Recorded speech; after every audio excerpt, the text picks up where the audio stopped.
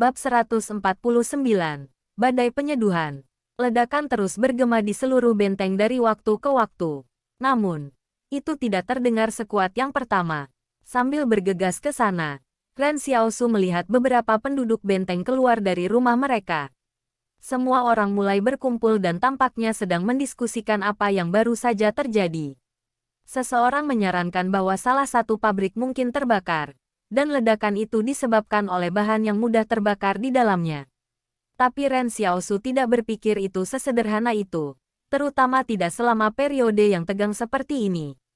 Sebagai soal fakta, Stronghold 109 saat ini adalah tempat berkumpul untuk sejumlah besar orang berbahaya.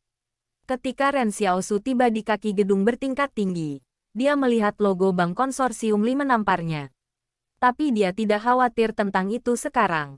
Dia langsung menuju ke puncak dengan memanjat bagian depan gedung. Tetapi ketika dia sampai di tepi atap dan hendak memanjat, moncong pistol yang gelap menempel di dahinya. Ren Xiaosu membeku. Dia tidak pernah berharap orang lain ada di atas sini. Dia mendongak dan melihat sosok yang dikenalnya dari seseorang yang memakai topi. Yang Xiao Jin juga tampak terkejut melihat Ren Xiaosu di sini. Harus dikatakan dia merasa mereka berdua benar-benar memiliki semacam pemahaman yang tak terucapkan yang aneh. Hal-hal yang mereka lakukan dan pilihan dalam menemukan posisi memerintah bertepatan satu sama lain. Namun, Yang Xiao Jin memiliki tanah tinggi mutlak pada saat ini. Dia tersenyum dan berkata, "Apa yang kamu lakukan di sini pada jam ini? Bukankah kita berdua tertarik oleh suara ledakan?" Kata Ren Xiaosu dengan tenang. Dia bisa yakin sekarang bahwa ledakan itu tidak dipicu oleh Yang Xiao Jin. Lagi pula, masih cukup jauh dari sini ke tempat ledakan itu terjadi. Ren Xiaosu berusaha menghindar dari laras pistol Yang Xiao Jin. Tetapi dia yakin bahwa berdasarkan keahlian menembaknya, dia benar-benar tidak akan memiliki kesempatan untuk menghindarinya. Yang Xiao Jin berkata sambil tersenyum, "Izinkan saya bertanya lagi, apakah belati milikmu atau milikku?" Ren Xiaosu menjawab dengan serius, "Ini milikku." Yang Xiao Jin terdiam. Sejujurnya, Ren Xiaosu tidak menyangka Yang Xiao Jin masih memikirkan belati pada saat ini. Demikian juga, Yang Xiao Jin tidak pernah berpikir Ren Xiaosu masih akan mengklaim kepemilikan atas belati dalam keadaan seperti itu. "Ayo naik." Yang Xiao Jin melepaskan pistolnya dengan ekspresi dingin. Dia tidak tahu lagi bagaimana harus berurusan dengan Ren Xiaosu. Dia hanya mengarahkan senjatanya ke arahnya untuk menakut-nakuti dia. Tetapi dia tidak akan menarik pelatuknya secara nyata. Ren Xiaosu naik ke atap dan menepuk debu dari dirinya sendiri. Apa yang terjadi? Mengapa ada suara keras seperti itu? Petik 2. Perusahaan Pyro bermain dengan api. Yang Xiao Jin menjelaskan. Seorang makhluk supernatural yang terbangun mendekati mereka untuk menjual darahnya. Dia mengira perusahaan Pyro benar-benar semacam organisasi amal, tetapi mereka langsung mengambil tindakan terhadapnya. Mereka berusaha menangkapnya tetapi tidak berhasil. Petik 2. Jadi perusahaan Pyro benar-benar menggunakan hadiah 1 juta yuan sebagai umpan. Ren Xiaosu sangat senang dia tidak pergi untuk menjual darahnya dan bahkan menghentikan Chen Wudi dari melakukannya. Dia menghela nafas dan berkata, "Tapi bagaimana perusahaan Pyro gagal dalam upaya mereka untuk menangkap orang itu? Untuk perusahaan sekuat mereka, akankah mereka benar-benar berusaha menangkap makhluk gaib tanpa persiapan ekstrim?" Yah, pada awalnya mereka berhasil. Mereka menyuntikkan anestesi dosis besar ke dalam makhluk gaib, tetapi mereka tidak pernah mengira dia akan memiliki pendamping bersamanya. Yang Xiao Jin menjelaskan. Kedua makhluk gaib itu pasti sudah saling kenal sebelumnya dan membuat rencana untuk menyelamatkan orang lain. Dalam kasus salah satu dari mereka mendapat masalah dengan perusahaan Pyro. Anda dapat menyebutnya semacam aliansi sederhana. Petik 2. Kali ini, Ren Xiaosu mengerti. Jadi, bahkan makhluk gaib yang pergi untuk menjual darahnya sudah siap. Dia terkekeh dan berkata, "Kemudian perusahaan Pyro telah kacau. Bukankah ini kesempatan yang bagus untuk menarik perhatian mereka?" Petik 2. Jangan memandang rendah perusahaan Pyro. Yang Xiao Jin menggelengkan kepalanya. Pasukan tempur yang dikenal sebagai Daun, yang beroperasi di bawah perusahaan sangat kuat bahkan jika hanya 5 orang dari mereka muncul di benteng. Kedua makhluk gaib itu bertahan sampai sekarang hanya karena Fatih Luo dari konsorsium King juga main-main di luar sana. Petik 2. Luo Lan. Ren Xiaosu berkata dengan heran. Apa yang dia miliki terhadap perusahaan Pyro? King Zhen mengatur serangan dan menangkap lebih dari 100 anggota perusahaan Pyro tahun lalu. Yang Xiao Jin berkata, perusahaan Pyro dan konsorsium King sebenarnya adalah musuh, tipe yang akan membawanya ke titik pahit satu sama lain. Petik 2. Ini sedikit membingungkan Ren Xiaosu. Apa yang telah terjadi dengan King Zhen terhadap mereka? Perusahaan Pyro menggunakan metode ini untuk memancing salah satu tentara King Zhen yang sedang cuti. Operasi itu berhasil, dan itu sangat rahasia sehingga King Zhen hanya menemukannya setelah perusahaan Pyro menarik diri, yang Xiao Jin menjelaskan. Namun, King Zhen berhasil menyelamatkan prajurit itu selama penyergapan yang dia lakukan. Ren Xiaosu terdiam. Garis waktu macam apa itu? Itu terlalu berantakan. Apakah pergulatan antar perusahaan benar-benar sekuat itu? Ren Xiaosu hanya bisa bertanya. Lalu mengapa kamu semua menargetkan King Zhen? Anda jelas-jelas menentang perusahaan Pyro. Jadi bukankah itu akan menjadikan musuh-musuh Anda sebagai teman Anda? Petik 2. Yang Xiao Jin menatapnya. Musuh adalah musuh. Kami tidak membentuk aliansi. Petik 2. Pada saat inilah Ren Xiaosu menyadari bahwa organisasi yang Xiao Jin memiliki tujuan atau prinsip yang sangat jelas. Siapapun yang melanggar batas minat mereka mungkin akan ditambahkan ke daftar sasaran mereka. Kau jadi penasaran, kan? Senapan sniper besar muncul di tangan yang Xiao Jin. Pipinya menempel ke sisi senapan yang mengancam di tangannya saat dia melihat ke kejauhan melalui teleskopis hampir setebal lengannya. Perusahaan Pyro dan King Zhen sama-sama berusaha mengendalikan sesuatu yang sama sekali tidak mampu mereka kendalikan. Apakah mereka berhasil atau gagal? Itu masih akan menjadi bencana. Petik 2. Ren Xiaosu akhirnya mengerti. Jadi pernyataan misi organisasi yang Xiao Jin adalah untuk menyebarkan cinta dan kedamaian. Omong kosong apa? Ren Xiaosu benar-benar tidak percaya ada orang yang tanpa pamrih di dunia ini. Pada saat ini, Ren Xiaosu melihat pasukan tempur yang tak terhitung jumlahnya dari konsorsium Li tiba di lokasi pertempuran. Mereka dengan cepat menutup semua persimpangan dan mengatur barikade dan kotak obat di sekitar area. Kemudian, peleton bersenjata lengkap menyusup ke tengah-tengah medan perang dengan cara yang sangat hati-hati. Sementara itu, lokasi yang Xiao Jin telah pilih jatuh tepat di luar perimeter kuncian. Ren Xiaosu tahu dia beruntung dalam memilih tempat ini untuk menyaksikan pertempuran. Tetapi yang Xiao Jin mungkin tidak bergantung pada keberuntungannya untuk ini. Sebaliknya, dia pasti tahu tentang prosedur operasi standar pasukan konsorsium Li sebelum memutuskan tempat ini. Ren Xiaosu bertanya, konsorsium Li tampaknya telah datang agak terlambat. Bukankah ini seharusnya rumah mereka? Petik 2. Mereka memiliki sesuatu yang lebih penting untuk dilindungi sekarang. Yang Xiao Jin berkata dengan tenang. Apapun yang bukan merupakan ancaman tidak akan mengganggu mereka. Diam sekarang. Petik 2. Napas yang Xiao Jin kemudian menjadi dangkal. Ren Xiaosu melihat ke arah mana senapannya menunjuk dan terkejut melihat bahwa penutup lubang gat di luar perimeter konsorsium Li telah didorong terbuka dari bawah. Orang pertama yang keluar dari sana adalah Luo Lan. Dia melihat Fatih Luo terengah-engah saat dia keluar dari selokan, diikuti oleh Tang Zhou dan orang-orang lainnya. Tang Zhou bahkan membawa orang yang tidak sadar di bahunya.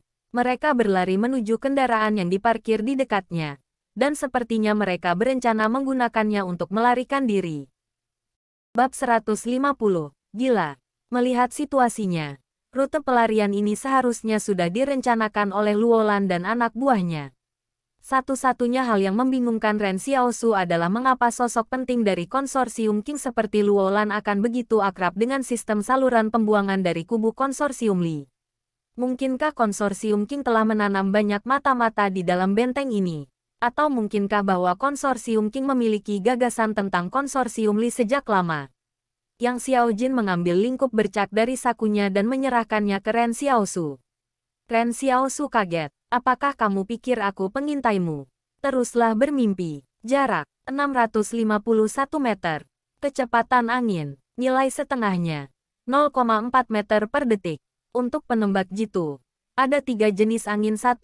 Nilai penuh Nilai setengah. Dan tidak ada nilai. Angin nilai penuh berarti akan mempengaruhi lintasan peluru.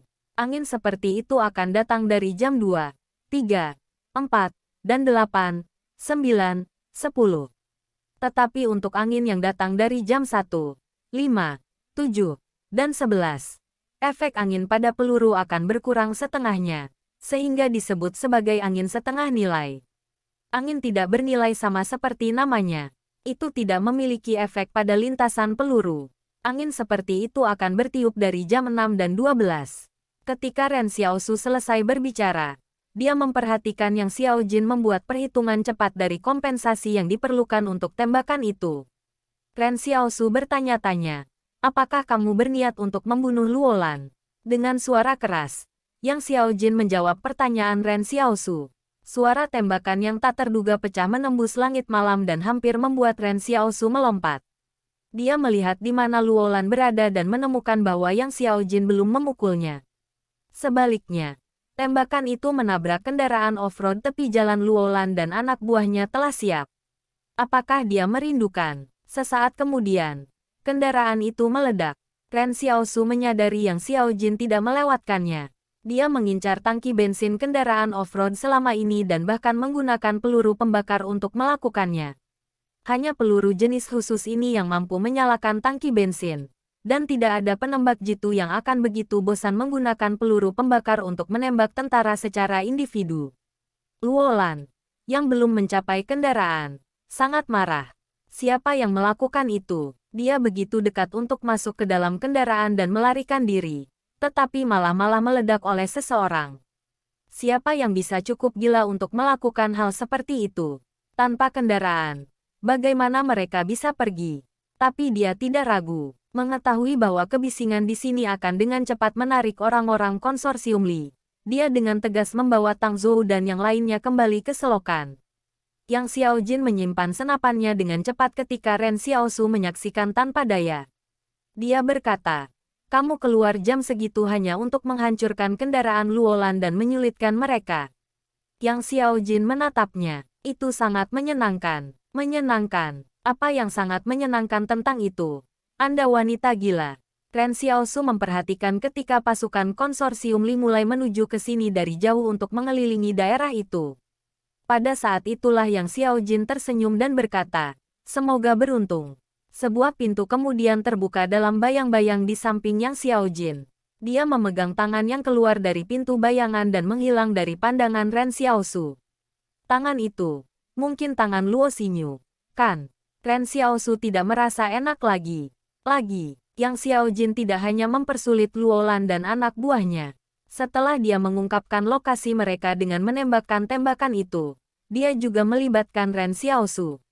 Saat itu, Ren Xiaosu mendengar seseorang berteriak, ada penembak jitu di atas bank.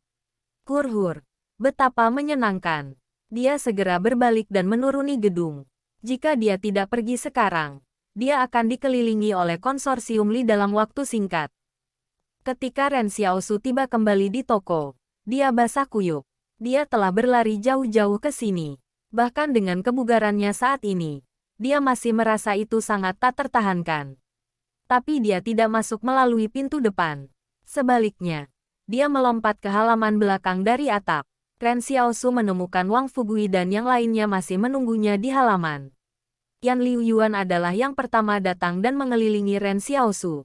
Dia hanya bisa menenangkan pikirannya setelah memastikan bahwa Ren Xiaosu tidak terluka. Bro, apa yang terjadi? Perusahaan Pyro berselisih dengan beberapa makhluk supernatural. Niat perusahaan Pyro memang buruk. Makhluk gaib pergi ke sana untuk menjual darahnya tetapi jatuh ke dalam perangkap mereka. Ren Xiaosu menjelaskan kepada mereka, menyederhanakan peristiwa.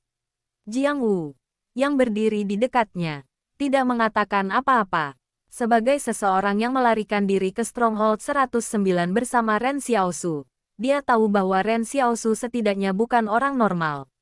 Selain itu, karena Chen Wudi mengklaim Ren Xiaosu adalah tuannya, maka penguasa makhluk supernatural juga harus menjadi makhluk supernatural. Pada kenyataannya, Jiang Wu tidak tahu banyak tentang makhluk gaib. Dia hanya bisa keluar dari situasi ini. Ren Xiaosu memandang Jiang Wu dan berkata, Mes, Jiang, seharusnya tidak ada bahaya di sekitar sini. Mengapa saya tidak meminta Chen Wudi mengirim Anda kembali terlebih dahulu? Petik 2. Mehem. Jiang Wu mengangguk. Tetapi pada saat ini, seseorang mengetuk pintu toko. Ren Xiaosu mengerutkan kening. Toko telah ditutup selama 2 jam sekarang. Jadi siapa yang bisa mengetuk pintu? Dia pergi ke pintu dan mengintip melalui lubang intip dan menemukan bahwa orang-orang di luar adalah Luolan dan anak buahnya. Ren Xiaosu membuka pintu. Dia memandang Luolan dengan aneh. Mengapa kamu bau sekali? Luolan memimpin Tang Zhou dan yang lainnya ke toko. Tapi sepertinya dia tidak mau mengatakan yang sebenarnya. Saya tersandung. Keluarkan obat hitammu. Aku punya seseorang di sini yang terluka. Petik 2. Ren Xiaosu pura-pura bertanya. Cedera apa? Saya mendengar ledakan di benteng tadi. Mungkinkah itu terkait dengan kalian? Petik 2. Jangan mengutarakan omong kosong. Luolan hampir melompat. Kami baru saja tersandung. Bahkan, Luolan juga tahu apa yang dia katakan tidak akan menipu siapapun. Untuk seseorang yang secerdas Ren Xiaosu, bagaimana mungkin dia bisa percaya pada kebohongan yang dibuatnya? Tapi Luolan tidak punya pilihan lain. Dia tidak bisa mengakuinya, kan? Ren Xiaosu merasa geli. Dia dengan sengaja berkata untuk mengabaikan Luolan. Apakah kalian semua berjalan di sini? Di mana mobilmu? Petik 2. Luolan merasa dianiaya. Aku mengirimnya untuk pemeliharaan. Apa artinya pemeliharaan? Ren Xiaosu bertanya dengan rasa ingin tahu. Hal-hal seperti mobil memerlukan perawatan setelah periode mengemudi. Luolan menatapnya. Kamu bahkan tidak tahu sesuatu seperti itu. Aku belum pernah mengendarai mobil sebelumnya. Ren Xiaosu tertawa. Kemudian Luolan menatap Ren Xiaosu. Jangan bicara apapun tentang apa yang terjadi malam ini. Kalau tidak, saya akan mengungkapkan bahwa Chen Wudi adalah makhluk supranatural. Petik 2. Jangan khawatir. Kata Ren Xiaosu kesal saat dia mengeluarkan obat hitam. Dia meneliti orang yang tidak sadar dan bertanya-tanya apakah itu mungkin salah satu dari 2 makhluk gaib yang terlibat dalam insiden malam ini. Luolan tidak berani membawa makhluk gaib ini ke rumah sakit. Jadi dia harus datang ke tempat Ren Xiaosu. Mereka berdua sudah saling berhubungan sebelumnya. Meskipun Luolan kesal pada Ren Xiaosu, dia masih merasa lebih dapat diandalkan untuk menemukan Ren Xiaosu saat ini. Tiba-tiba curiga. Luolan bertanya. Ren Xiaosu, mengapa kamu basah kuyup? Apakah kamu di luar tadi? Petik 2. Tidak. Ren Xiaosu menunjuk ke sepeda di halaman dan berkata, aku baru belajar mengendarai sepeda. Jiang datang khusus untuk mengajar kami. Petik 2. Oh, Luolan mengangguk. Nona, Jiang, Anda datang untuk mengajari mereka cara bersepeda. Petik 2. Jiang Wu tersenyum dan mengangguk. Ya, mereka belum pernah naik sepeda sebelumnya. Jiang Wu bertindak sangat wajar, dan tidak ada tanda-tanda dia melakukan suatu tindakan